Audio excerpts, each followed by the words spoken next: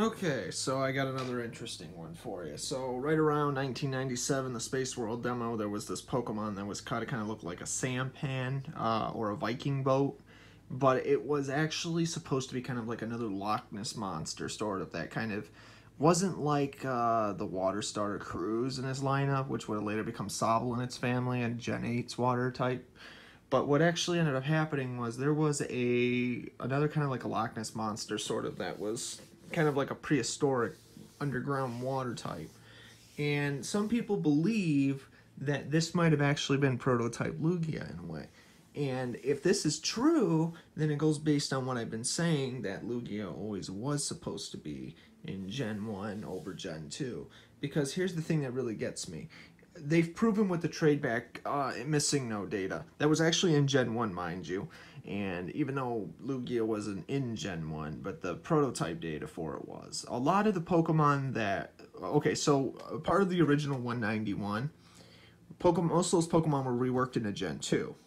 And then they took a lot of... But then there were some Pokemon where they might have had open slots still, but their data was eventually discovered to have been built on the Gen 1 prototype engine, and that would have also been carried over to Gen 2, because Gen 1 and Gen 2 are sequels and prequels to each other.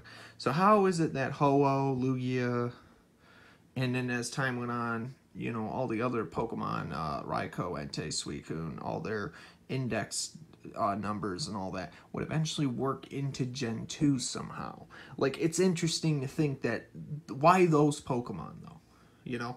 Because they were created right around that time. But they just weren't in that game. Again, Satoshi Tajiri kind of did state before that they agreed on a certain amount of Pokemon, and then they probably just carried them over to the next game. And then there was also, you know, Junichi Masuda actually stated before that, you know, when they, for every generation, they have a lot of games that more than half the designs end up getting cut, or they don't make it in the final version, and therefore, you know, they just put them in, they just kind of hold on to them for something else. So that makes sense, you know. They create a lot of stuff, and then eventually they don't use it, but then they end up using most of it later on.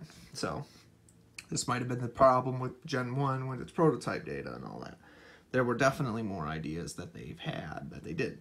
So this Pokemon was actually supposed to be a water type. Maybe it wasn't necessarily flying right away, because it didn't have the wings, but they probably decided that that would be Lugia, considering the fact that what they wanted to do, and then, well, they took one of the Pokemon they didn't use at the time, and then they decided to rework it into something else and much larger, and therefore Lugia would have been Pokemon X, not Pokemon X and Y, but Pokemon X, the unnamed Pokemon. So that way Lugia would then later have its own movie, it would be a legendary, it would be the Twin Tower sort of, you know, duo legendary against Ho-Oh. So you would have them watching over, again, Lugia would be the guardian of the sea and other things. It also has mystical powers as well that we probably don't see, that work in the supernatural. You know, again, same with Ho-Oh. It's also more powerful than Zapdos, Moltres, and Articuno in a way. And those are the ones that watch over it, the sub-legendaries. And then, you know, Ho-Oh is the guardian of Raikou, Entei, and Suicune, because it basically, they owe Ho-Oh its life based on what it, you know, their lives to Ho-Oh, because he saved him. It saved him. So, interesting kind of backstory a little bit. The creation story around it actually is a little bit more difficult with obsession, drugs, and alcohol. I mean, they basically stated that the guy who originally wanted to create wanted Lugia to be female, and there was kind of a lot of lost history with it that wasn't recently discovered until recently. But we've still kind of dug into it a little bit, and we're still looking for, again, more data. But, you know, with Pokemon, there's always a story to tell as long as you can find something to compare it to. But this is interesting, though, because this is proof right there that Lugia was an idea up until Gen 1. And while this was found in the 1997 Space World demo, but I've always been saying even before 1997, Lugia had to have been an idea at some point. It's really interesting, actually. A lot of Pokemon were translated and reused into something else. So, if that is true, well, there you go. There's reason to believe that Lugia was actually supposed to be in Gen 1, if that is true. But I do believe it, so.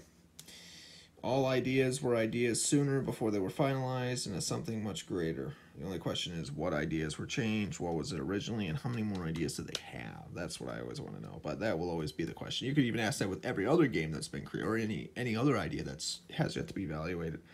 Okay, so again, subscribe if you're not already, and if I find any more content, I will let you know.